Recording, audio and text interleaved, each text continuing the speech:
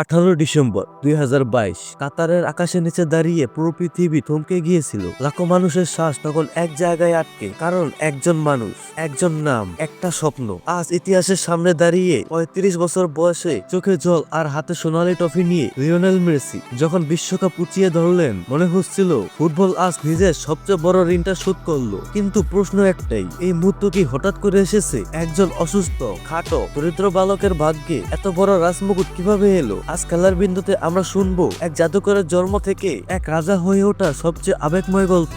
শৈশব, ভাঙ্গা স্বপ্নের শুরু। 1987 সাল, আর্জেন্টিনার রোজারিও, একটা সাধারণ পরিবার, একটা অস্বাভাবিক প্রতিভাবান ছেলে। ছোট্ট লিও তখন মাঠে নামতো, বল যেন তার পা ছাড়তেই চাইতো না। মনে হতো বলটা বুঝি তার শরীরেরই একটা অংশ। কিন্তু 10 বছর বয়সে জীবন হঠাৎ করে নির্মম হয়ে ওঠে। ডাক্তারের রিপোর্টে লেখা গ্রোথ হরমোন ডেফিসিয়েন্সি, মানে এই ছেলেটা আর বড় হবে না। স্বপ্নটা এখানেই শেষ। প্রতিদিনের ইনজেকশন, মাসে হাজার হাজার ডলার খরচ, একটা শ্রমজীবী পরিবারের পক্ষে যা ছিল একেবারেই অসম্ভব। একদিকে অসুস্থ শরীর, অন্যদিকে দরিদ্রতা। মেসির স্বপ্ন তখন দুই দিক থেকে চেপে ধরছিল। টিস্যু পেপারের চুক্তি, ভাগ্যের মোড়। ঠিক তখনই মনে হচ্ছিল সব শেষ। ফুটবল নিজেই এগিয়ে এলো মেসির দিকে। স্পেন থেকে ডাক এলো, বার্সেলোনা, একটা ট্রায়াল ম্যাচ। আর 1 মিনিটেই বার্সা কর্মকর্তারা বুঝে গেলেন এই ছেলেটা সাধারণ না। কার্লোস রোলেক্স হাতের কাছে কাগজ না পেয়ে একটা রেস্টুরেন্টের টিস্যু পেপারেই লিখে ফেললেন চুক্তি। হ্যাঁ, একটা টিস্যু পেপার। এই কাগজটাই পরে বদলে দেয় ফুটবল ইতিহাসের গতিপথ। বার্সেলোনার রাজত্ব, জাদুর বিস্ফোরণ। বার্সেলোনায় এসে মেসি আর শুধু খেলোয়াড় থাকলেন না, তিনি হয়ে উঠলেন এক অভিশপ্ত স্বপ্ন প্রতিপক্ষ ডিফেন্ডারদের জন্য। 2009 প্রথম ব্যালেন্ডিয়ার, এরপর একে একে 7টি ব্যালেন্ডিয়ার। এক ক্যালেন্ডারে বছরে 91 গোল, চ্যাম্পিয়ন্স লিগ, লা লিগা, ট্রেভেল, সবকিছুই যেন তার পায়ের নিচে। নেইমার সুরেশকে নিয়ে গড়ে তুললেন ইতিহাসের সবচেয়ে ভয়ঙ্কর আক্রমণ ভাগ।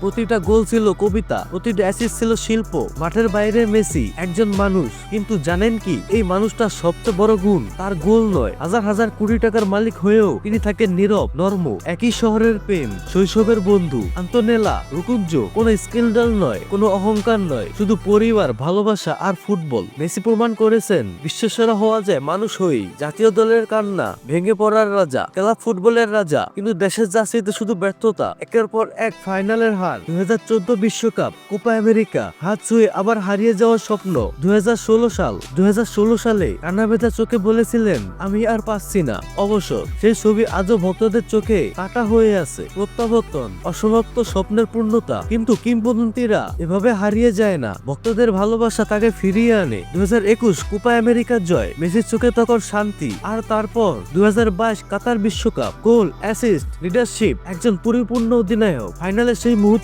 মেসি আর শুধু খেলোয়াড় ছিলেন না, তিনি ছিলেন একটা জাতির স্বপ্ন।